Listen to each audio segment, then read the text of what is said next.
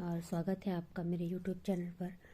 Guys, फिर से एक कहानी है जो है एक बोरी गेहूँ। तो गाइस, ये है एक बोरी गेहूँ। देखते हैं गाइस इस कहानी में क्या रहने वाला है।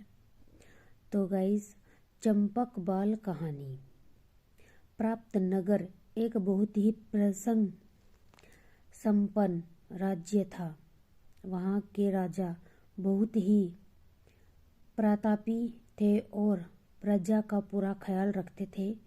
राजा ने पूरे जीवन प्रजा की मन से सेवा की थी, लेकिन अब वे बूढ़े हो चले थे तो मन में बड़ी दुविधा थी कि उनके बाद राज्य को कौन चलाएगा। तो गाइस, ये राजा था, अपनी प्रजा का अच्छा ध्यान रखता था। और जब वो राजा बूढ़ा हुआ तो उसने सोचा कि मेरे जाने के बाद प्रजा का क्या होगा, कैसे नहीं होगा। वो ऐसे सोचने लगा। राजा साहब के 3 बेटे थे।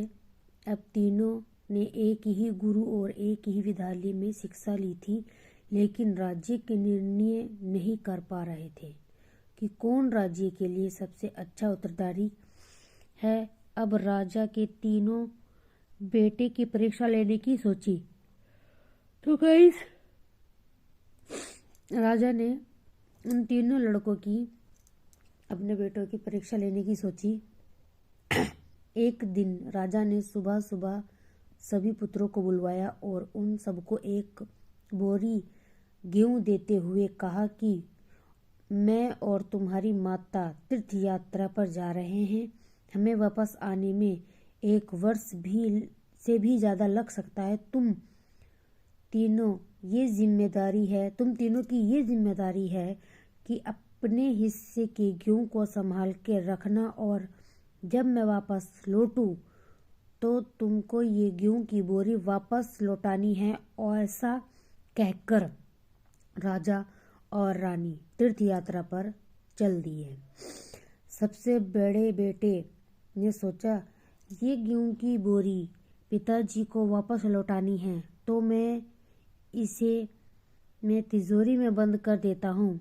जब पिताजी आएंगे तो वापस दे दूंगा।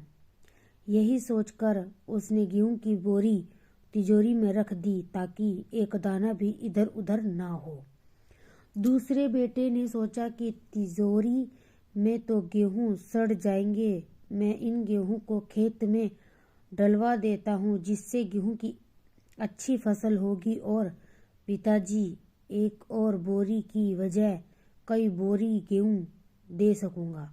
अब उसने न गेहूं के लिए अच्छा खेत देखा और न ही अच्छी उपजाऊ जमीन देखी और ना ही खेत की घास फूस को साफ कराया। वह ऐसे ही एक बंजर जमीन पर गेहूं डलवा दिए और सभी उनकी देखभाल करने आया।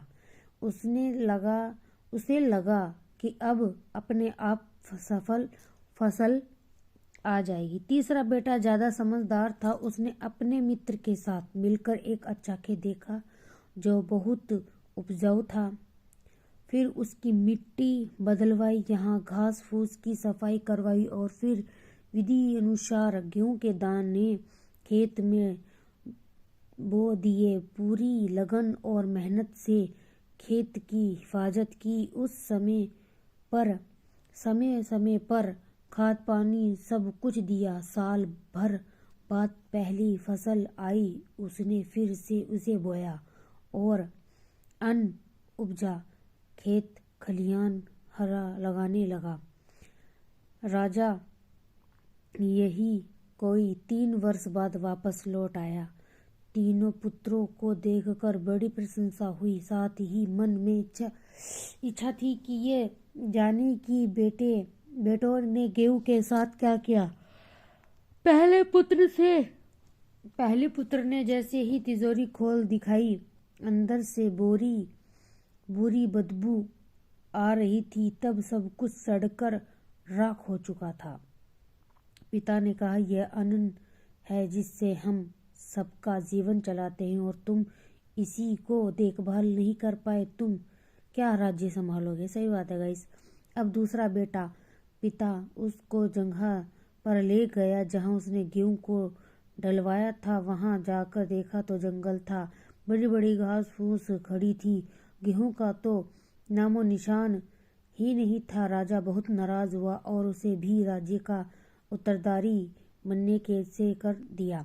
अब तीसरे पुत्र पिता को अपने खेतों पर ले गया। वहां दूर से ही एक अलग खुशबू आ रही थी।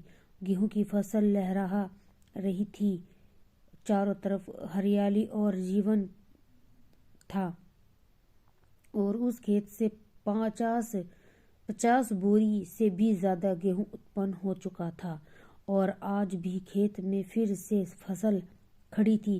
राजा का मन देखकर बहुत ही प्रसन्न हुआ और राजा ने तीसरे बेटे को अपने राज्य का उत्तरदायी बनाने का निर्णय लिया। दोस्तों, उस राजा की तरह भगवान ने भी हमें कुछ गेहूं संभाल के रखने को दिए हैं। वो गेहूं है हमारा जीवन, जिससे हम बेकार के कामों में नष्ट कर देते हैं। ईश्वर ने जीवन दिया है दुनिया का विकास करना, अपना ज्ञान को बढ़ाना और उसे बांटना, लेकिन हम अज्ञानी लोग इस जीवन को सड़ा देते हैं और अंत समय जब ईश्वर पूछता है कि जीवन में क्या किया, तो जवाब होता है शून्य, कुछ नहीं। अपने मन की जमीन को साफ करिए, उसमें जो घास फूस है वो हटाइए, मन में जो ईर्ष्या गुस्सा और व्यसनों की हटाए हैं, अच्छाई के बीज बोइए, फिर ईश्वर वापस बेहद खुश होंगे। धन्यवाद। तो गाइस, आपको ये एक बोरी गेहूं की कहानी आपको कैसे लगी कमेंट बॉक्स में ज़रूर बताना। और गाइस, हमारी वीडियो को लाइक और चैनल को सब्सक्राइब जरूर कर देना। और जब तक के लिए गुड नाइट, राधे राधे, जय श्री कृष्णा, जय श्री श्याम। तो गाइस, आपको कैसी कहानी लगी एक बोरी गेहूं? Thank you so much.